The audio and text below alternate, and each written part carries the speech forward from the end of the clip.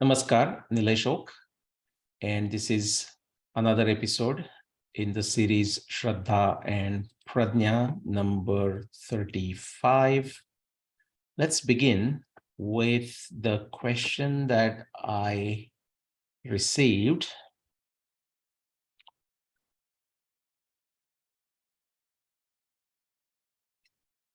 Girish Naikji writes from Singapore. Not writes from Singapore. He actually sent me a series of questions, and I will be addressing those over a period of time through this series, Shraddha and Pradnya. So keep watching. This is somewhat a two-part question, and I will partly answer that in this particular episode. He says, you have explained, by the way, he has read my books. He has watched my many other videos. Possibly he has read my blogs. I think he has read my blogs. Okay. So this is a good example of the kind of investment, kind of tapasya you need to do before asking questions.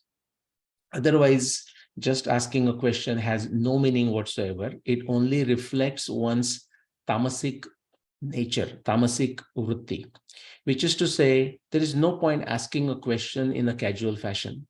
You ask a question, in fact, at some point we will look at the Nyaya Darshana definition of a samshaya.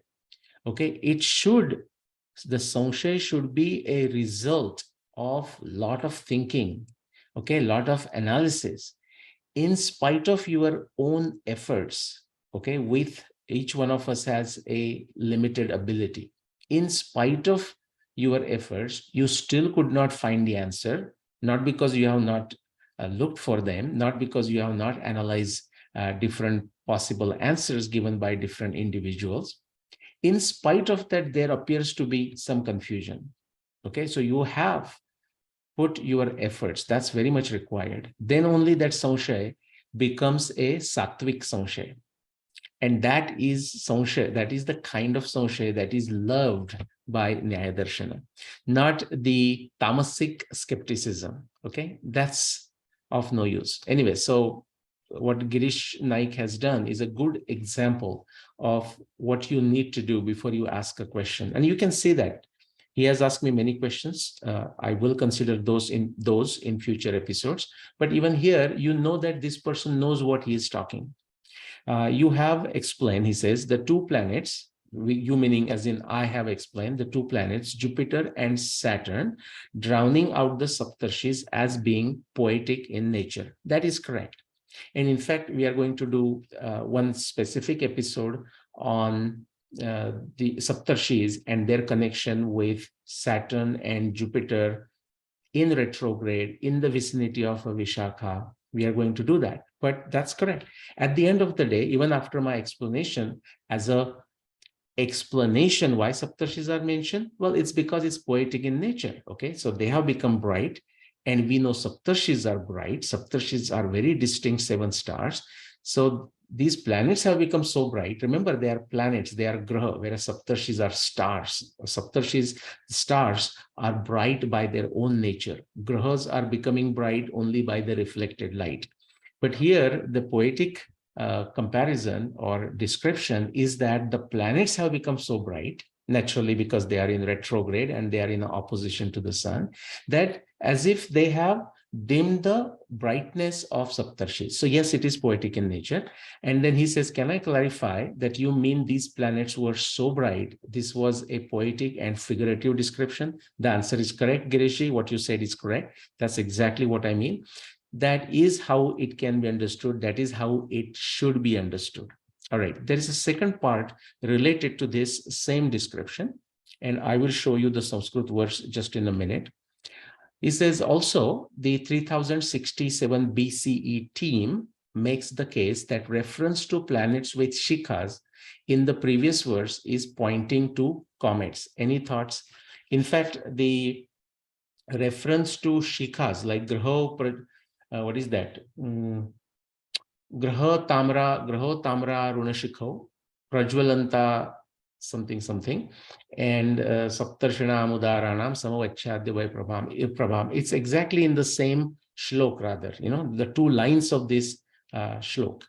So the second line, the first bullet point is the second line. The second bullet point is the first line, and I will show that verse to you, shlok to you in a minute. But back to that question. So the 3067 team makes the case that reference to planets with shikhas in the previous verse is pointing to comets. Any thoughts? Then he adds that this issue, the second part issue, was clarified by me in a YouTube episode on November 6, 2022. So that's great. It answers his question. So I would encourage people to watch that episode that came out on November 6, 2022. However, because now I must have done that by way of simply explaining all the planetary descriptions for Jupiter and Saturn. But since Girish has asked this question in the specific context of 3067 BCE, team, he says, well, in a way now, there could be a team out there, I don't know. Just a quick history of 3067. This was a claim originally made by Professor K.S. Raghavan in 1969. It was a very naive claim made in a makeshift fashion. He was responding to a recent convert to Christianity. This is in 1969, around that time, Mr. Pillai. And as unfortunately it happens with many converts, now after this individual converted to Christianity, he started blaspheming all that is Hindu. In that context, to some of his rambling, Professor K.S. Raghavan was trying to respond. And in the process of trying to say that this is historical, Professor Raghavan tried to generate a makeshift claim and said, hey, it appears Mahabharata war happened in 3067 BCE. Professor K.S. Raghavan published a whole book on this. It is available in PDF in the public domain. Go check for it. You will find it. Do not ask me for a copy of it. I will simply not able to keep up with these kind of digressions. But it is out there. You should read it. Definitely read it. Okay. You will see what a naive effort it is. Now, we can still feel good or grateful that a lone fighter like Professor K.S. Raghavan just still fought the battle. I don't know the exact outcome of it, but you know what? I mean, if people are stuck in their dogmatic feeling, then, this convert more than likely, would just find some tangents, change of goalposts like many of the trolls do, many of the Mahabharata researchers do. So I don't know the outcome of it, but the so-called makeshift effort of Professor K.S. Raghavan did not die down. It would take me to write 3-4 books to just show you all the humor of that claim. But let's fast forward in terms of time. About 20 years ago, so around 2000, led Professor K. Narahari HR. Okay, now Dr. Srinivas Kalyan Ramanji, who did a lot of research in the Saraswati, related to Saraswati River and related to Saraswati Sindhu civilization, those seals, and has written a lot, has published many books. He suggested to Professor Narahari HR to look at this claim of Professor K.S. Raghavan. Now, if Professor Narahari HR would have looked at it in a scientific and a logical fashion, not with some complex astronomy, absolutely not. I mean, I would say with a very basic understanding of astronomy and a Mahabharata text, even not understanding of a Mahabharata text, actually he should have realized that it is a claim that is not worth even pursuing. And actually he could have written a summary why this is not the year of Mahabharata war. Interestingly, it did not happen like this. Professor Narahari HR did realize many, actually the immense problems that this claim has, or the way Professor K.S. Raghavan has arrived at this claim. Unfortunately, in a jugaad fashion, like Professor Narari HR, instead of bringing out all the faults, dosha of this claim, he did the best job he could. It was a very poor job, by the way, but I'm saying the best that he could, and pulled away all those pieces that would have become troublesome as he thought. And so Professor K.S. Raghavan had possibly pulled 40 observations out of 300 plus from Mahabharata text. Professor Narari HR even reduced that from 40 down to 27 because others were problematic. And therefore, I'm encouraging you to read the book by Professor K.S. Raghavan.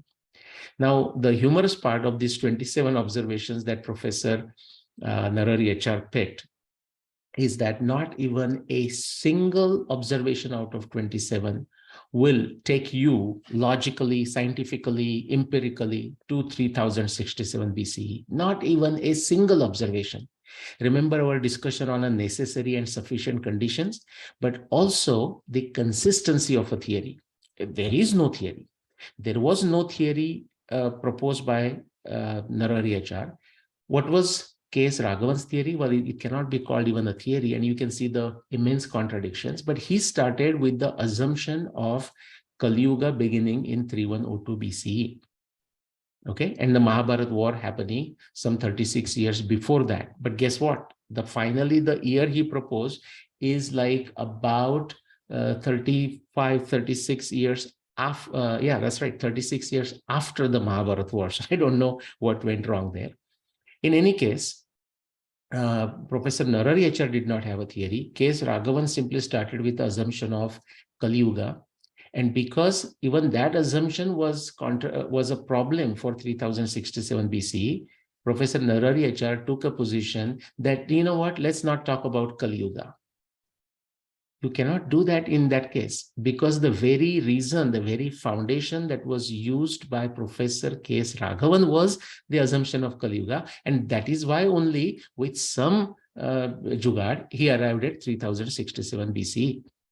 Otherwise, any of the 40 observations of Professor K.S. Raghavan, or any of the 27 observations mentioned by Narari HR, or let me take you all guys one step further, any of the 300 plus of astronomy, and there are many non-astronomy observations too, but any of the 300 plus astronomy observations of the Mahabharata text, or 40 astronomy related observations selected by K.S. Raghavan, or 27 astronomy observations selected by Narari HR, none of these individual observations, none of these observations in group together will ever take anyone who is analyzing this data logically and scientifically. Forget 3000 BC, forget 3067 BC, forget 3162 BC, 3136 BC, 3143 BC, forget any date at 3000 BC plus minus 200 years. All the evidence, astronomy evidence of the Mahabharata text, either individually, like one specific reference, or 40 references like claimed by K.S. Raghavan, or 27 references claimed by HR, or as they exist, 300 plus actual references from Mahabharata text. None of them individually or in group will allow anyone to analyze and arrive at 3000 BCE plus minus 1000 years, which is to say no reference from Mahabharata text is capable of bringing anyone, allowing anyone to propose a date logically and scientifically. Dogmatically, you can do anything you want, but logically and scientifically, empirically, anywhere from 2000 BC to 4000 BC, nothing in between. This is how the contrast is. Okay, but let's get back to the specific questions that Girishji is asking. So this, what about these planets with shikhas? And he thinks I already answered, and that's great. But I will also take this opportunity. I did one episode on the coppery extensions before this, but something I also forgot to show it to you. And then Girish happens to ask this question. So I thought this is a great opportunity. So let's go. All right. I thought I had a verse there. Where did it go? Yeah. So, okay. This is the verse, okay, that we are referring to.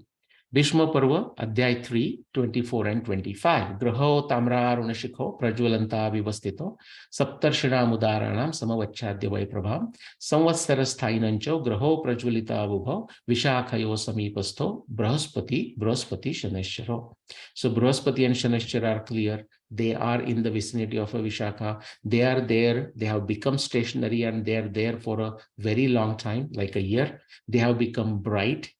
Okay, they are dimming the brightness of Saptarshi, and these both planets are described with coppery extension, Tamra Runa, okay, bright coppery Shikha, okay, and again they are bright and they have become stationary. That is this verse. Now quickly to go here, it's very important to understand because Girish brought a specific context of a specific alternate claim, and that's very good, great, okay. Jupiter has 1, 2, 3, 4 specific observations in the Mahabharata text. Something to tell you what the score of 3067. And by the way, after Narari HR, recently Dr. Manish Pandit has taken, is carrying on that baton, of 3067, has rejected the starting day as proposed by K.S. Raghavan, which was accepted by Narari HR. He proposed it, change it to something else. In fact, it was my debate with him in the January of 2020 that possibly brought to his attention. And then he thought changing this will do the job. No, it makes it worse. But I would encourage everyone to go to Sangam Talks and watch all the 3-part debate between me and Dr. Manish Panditji. Okay, but back to Jupiter. There are 4 observations of Jupiter. And what is the score of 3067? Even look at this. There is a word Brahaspati there, Brahaspati, and one reference, it is a Shamograha, where I am claiming that Shamograha is equal to Jupiter. Okay. Now, I have shown how it is. But suppose they want to, well, let me take it back. Now, so what happens?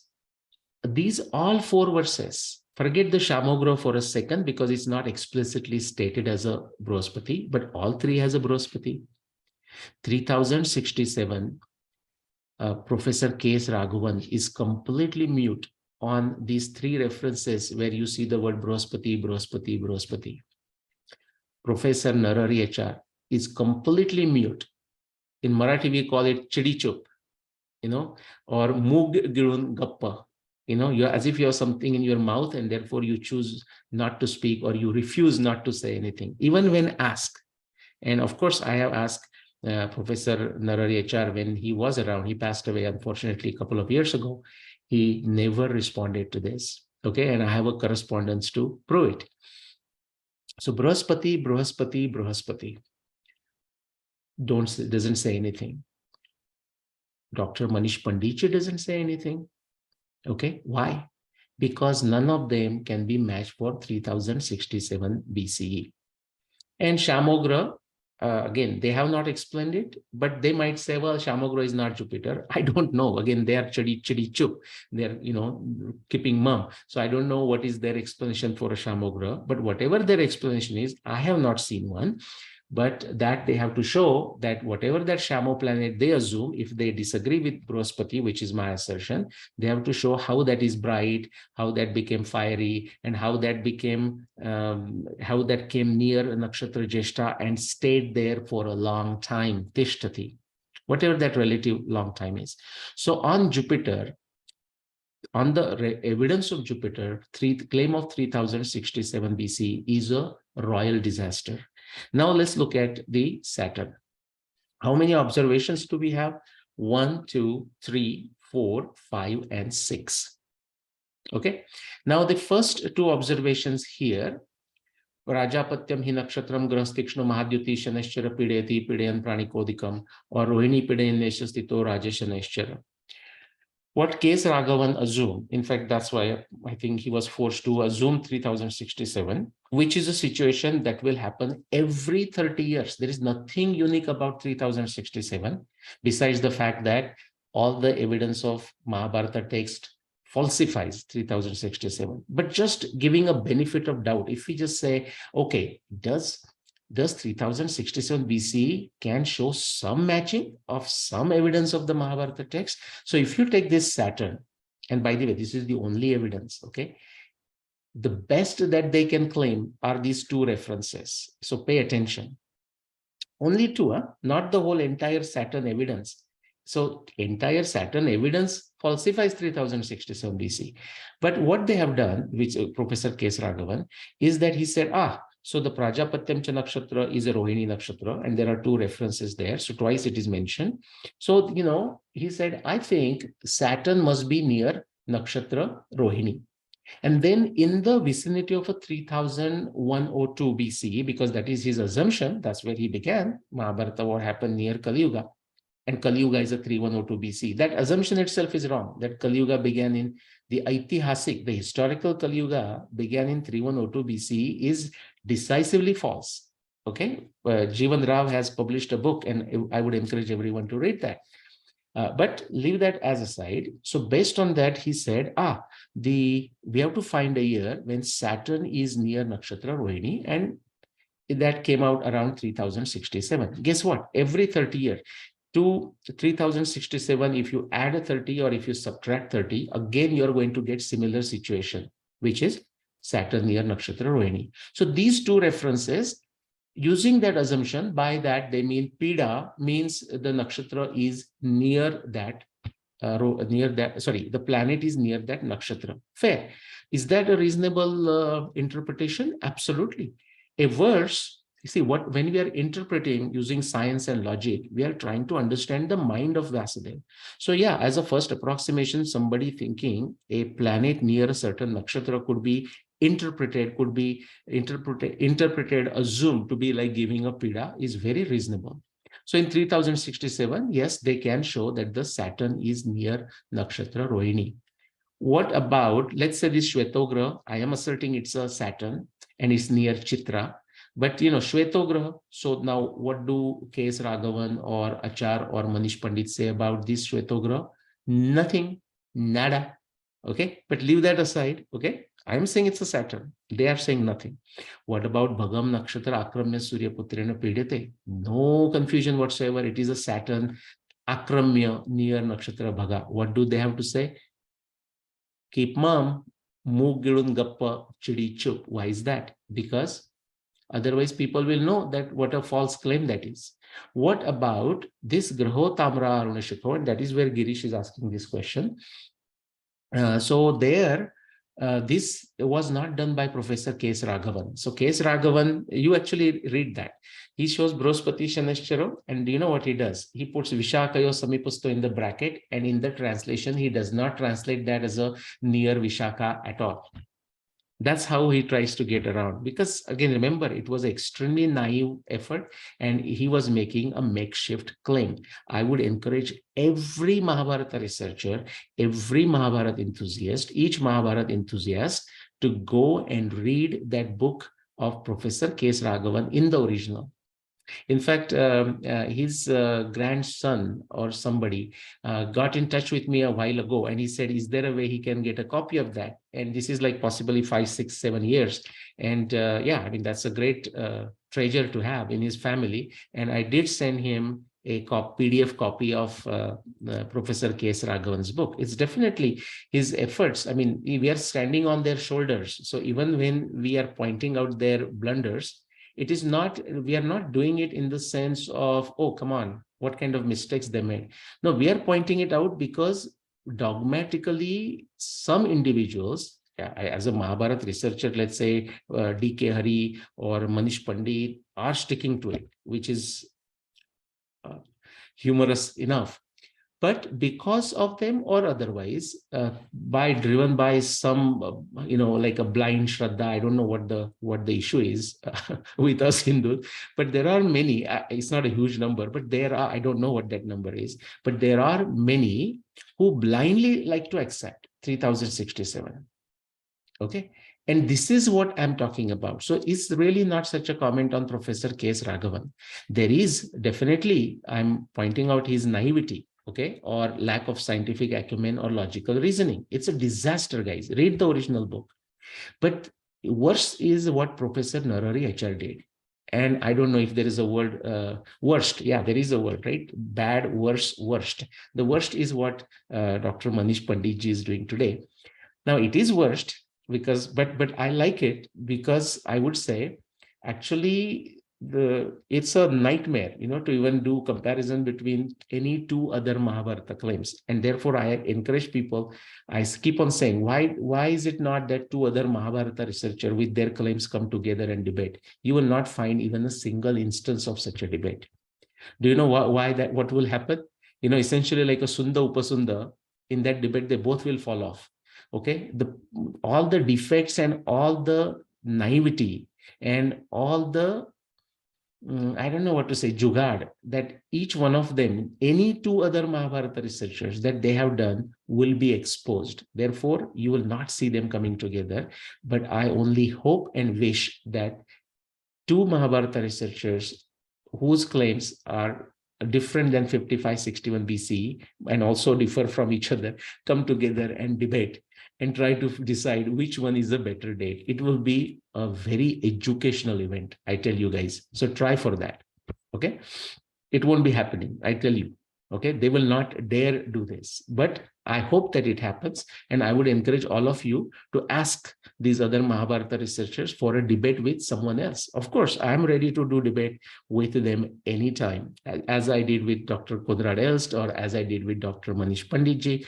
I'm willing to do with anyone else. They run away, they find excuses, they change the goalpost, they go on a tangent, anything but debate, open debate with me on camera, uncut, unedited. This is the status of their research. Back to 3067.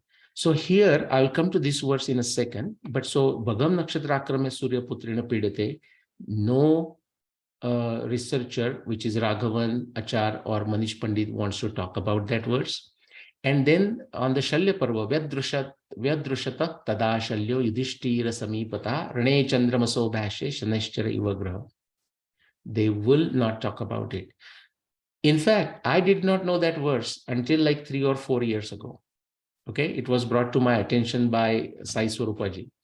And it beautifully matches for 5561 BC. And it only matches for 5561 BC, no other year out of the rest of the 130 plus different years. Okay, starting with 400 CE to 7300 BC. No other year can match that. So back to 3067, other than these first two, by taking a certain position, but say once they decided Saturn is near Nakshatra Rohini, now they have to also explain how that Saturn near Nakshatra Rohini can also be understood as with Jupiter in the vicinity of a Nakshatra Vishakha and going retrograde there. And they what kind of coppery shikha or coppery extensions they have. In trying to explain this, do you know what they did? Because Saturn is the slowest moving planet. If it is near Rohini, there is no question of anyone's ability to explain it as in the vicinity of a Vishakha at the same time. So what did they do? Raghavan did not do it. Raghavan even did not. Raghavan basically hid, basically what you say, covered the explanation Vishakhayo Samipasto. And that's what I mean, naivety, but also jugaad. To explain this Brospati Shaneshcharo, he did not do any good job of explaining it, even after removing Vishakhayo. Professor Narari HR claimed, let's say put forward another theory saying, hey, you know what? All these names of the planets that you are saying, they're not planets, but they are comets. Now, what did he do? He did this for all the planetary descriptions of the third Adhyaya, but not When that same when that same Shanashchara comes in the Udyoga Parva, no, he thinks that as a planet. When that same Shanashchara comes into the second Adhyaya of Bhishma Parva, he considers that as a planet Saturn, but as soon as it comes here in the third chapter, he says, oh, well, that's like, I don't know what that is. Or it may be a comet. What about the Shalya Parva? Well, he has not shown awareness of it. So it will be very interesting to see what he has to say. But since Narari HR is not with us, it will be interesting to say what Manish Panditji has to say about this. Okay. Shvetograha, they have not explained. That can only be explained with Saturn. Okay. At least for 5561 BC. If they want to explain somewhere else, they have not explained. And this one, lo and behold. So just to explain Tamraruna Shikho, it appears as if they propose the comets, discuss as a comets, and they said, come on, Shikho, like extensions, it can be only for a comets. But that is not their real reason why they did it. The real reason is to hide from this problem, which is given in the next two lines, Vishakayo Samipasto Brospati Shaneshcharo. And since they cannot move Saturn to near Vishakha, guess what? They're saying, guess what? These are not planets at all. Brospati and Shaneshchara in this case is not a planet. This is a problem of a consistency of a theory. This is a problem of the logical consistency. This is a problem of an empirical consistency. This is a problem of a linguistic consistency. Okay? Many, many problems. So that's the issue. Now, let me just quickly tell you about the Tamraruna Shikho and stop here. So by the way, Girish, that is the answer to that question. Many problems. And, oh, one more. The problems do not stop, sorry. Okay, now that they claim that, hey, these are not planets, but comets. Brospati is not a graha, but it is a Dhumaketu. Shaneshchara is not a graha, but it is a Dhumaketu. Where? Only when it comes into this verse. Not when it comes into another verse in the previous chapter. Then Shaneshchara is a graha. When it comes in Udyog Parva, it is a graha. The Shalya Parva, they are not aware. So far, they don't know what a big problem waiting for them. Bhagam Nakshatra Makramya Surya Putrena Pidyate. Achar says, yeah, that is a Saturn. And then he just goes on a tangent, changing a goalpost and moves on hoping that nobody notices. Well, that can happen for some time. If you drive through a signal, red signal, and nobody is around, yeah, you might able to get away with, and no car was coming, so you were lucky. But if you continue to practice this, just driving through the red signal, guess what? You're going to get caught, or you're going to get into a disaster, accident. That has happened to 3067. Every single astronomy or non-astronomy observations of a Mahabharata text turns out like a what you can say, a square and a red signal for 3067, and every time they are forced to drive through the red signal because they have no explanation. Okay, anyways, so now what happens is Achar says these are comets. Manish Panditji, not knowing anything of astronomy, just follows that and says, yeah, they are comets. And watch my debate with him. Maybe next time I'll do a short episode, maybe under my Dr. No Shorts, and show you where he says that. So when he says these are comets near Vishakha, and I said, oh, great. Okay, so can you show in 3067 these two comets settled near Vishakha, showing their extensions as seen from the earth, okay, in the vicinity of a Vishakha, being there for a year, Samvatsara Sthainancho, steady in that place, near in the vicinity of a Vishakha, in the year 3067? Do you know what he responds? And I will show you actually the clip. He says, oh, it is your responsibility, my responsibility to prove that they are not there. Okay, in Marathi we say, hasava ka radava. Okay, should we laugh at this explanation or should we cry at this explanation? So that is the story of this cometary theory. By the way, I should also mention, before Narari HR, possibly where he got the idea, there is another professor, Professor Mohan Gupta. He's in Ujjain, okay? And he also, I mean, his story is also very interesting, but, you know, he doesn't come that much often, or he doesn't have a baton carrier like Manish Panditji. So the not many people know the claim. He claimed something around like 1800 BC, something like that, 1700 something BCE. Okay, that's a different story. All right, quickly back to this. So the Tamra Runashiko, I have already done this, but quickly something additional that I did not show until now, the Jupiter and Saturn with coppery extension. Hey, it's very clear that they are Brihaspati and Shanishchara. They are Jupiter and Saturn. That's not even the argument. The fact that they are in a retrogression near Nakshatra Vishakha is also not in the argument. The question only is, why are they described as Graho Tamra Arunashikho, the planets with a bright coppery extensions? One simple thing we can always say, we don't know what Vasudeva is saying, and that's perfectly fine. Now, that will not allow us to arrive at a certain year, but we can say, well, we still know that they are Jupiter and Saturn. We still know that they are Brihaspati and Shanishchara. Okay, that is given. Just the coppery extensions is a kind of issue that we are not 100% sure. Okay, so what could be the coppery extensions? Okay, we are just trying to guess the mind of a Vyasa. So Shikha, that word Tamra Aruna Shikho. So let's look at the Sanskrit meaning of it. Shikha means a spike. It means a sharp end. It means a projection. It means a pointed flame. It means a plume. It means a peacock's crest or comb, on the top of his head, and then a nipple. Now, there could be many other meanings. I took few meanings which can be somewhat related to the description. And now let me show you what they could be. So I took those words and tried to find some pictures. Let's say like a nipple, that you'll put it on baby's milk bottle. Then a hat or a cape, and then a decoration, a projection coming out, that will be like a shikha. We know that a person who goes to Vratabandha ceremony and, his whole head is cleared up, tonsured, except a shikha that is kept at the back of his head. Okay. For example, what do you call it? Jwalamukhi, okay, a volcano, and is spewing out ash and creating a certain shape that would be considered as a shikha. Or in many birds you might have seen, this is actually a bird with a ponytail, I forgot the name of it, but see, it just has that's a shikha. Or this is that peacock's crest or comb, like a extension coming from his head.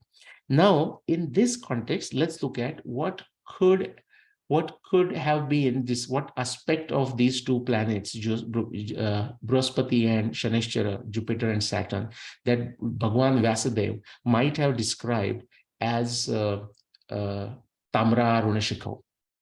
One possibility, and I'm not going with that, I just want to make you aware that remains a fact. Forget the interpretation for a minute, but it remains the fact that among all the available planets, available in the sense visible to the naked eye, only Saturn and Jupiter are the one who have got these external rings. The external rings of Jupiter were not known to our modern times until like 50 years ago. Saturn rings were known for a very long time. Again, I'm talking of modern astronomy, say last 500 years, 1,000 years. Okay, so Saturns were known, but Jupiters were not known. The point is, to look at these, you need a binocular, okay, or a somewhat Saturn you can actually discern with a good eyesight sometime, but not exactly clear what it is. In any case, Jupiters are not seen, unless you have extremely powerful telescopes. But that is a different issue. That means if Vyasadeva is describing and referring to these rings as the Graha Tamra Runashikho, then Vyasadeva had 7,500 years ago an extremely powerful, sophisticated telescopic ability. In order to state that we don't need these rings, actually Vyasadeva has given the references, astronomy references in Mahabharata text, which demand extremely sophisticated telescopic ability. So even if whether we discuss these rings or not, the telescopic ability still remains, okay? But there is something else. As far as a decent telescopic magnification and resolution is concerned, we know that Jupiter and Saturn, they have the satellites or the moons. Like Earth has a moon, but we call it a moon. Whereas the moons of the Jupiter were not known to the Western world, by the way, until say less than 500 years ago. Ditto for Saturn. Now, in this context, you'll be surprised to know that British officers in India, when they came, we are talking of 17th and 18th century, and when they were talking to Indian astronomers, and not some sophisticated Indian astronomer, actually when they were talking to a village astrologer, these astrologers also told them, with even pictures drawn in our Grantha, talking about the 4 dancing girls around Jupiter. And you can see these 4 dancing girls now around the Jupiter. And guess what? 7 arms of Saturn. Now in the picture, see, this is Jupiter here with 3, and this is Saturn with 4 moons of Saturn. There are many moons, but Indian text with the pictures were showing Saturn shown with the 7 arms. And I have already covered this in another episode, so I'll not repeat it. But now just the picture, the way you can see the picture, of course, through telescope and whatnot, or binoculars, but compare those with this extension that you see in the bird called shikha, or a crown of a peacock, or some decorations, extensions applied to a hat. Okay, so my assertion is that Vasudeva is referring to the moons of Jupiter and Saturn when he is saying Graho Tabra Runashikho. I think that's it. Okay, that's all I have. Let me stop sharing. And Girish, hopefully that answers your question, some additional explanation. And we will do one more episode in this Saturn and Jupiter context on the Saptarshanam Udaranam Samavachadya Vaipravam. And then we will move on to Venus evidence and Mercury evidence from the Mahabharata text. Namaskar.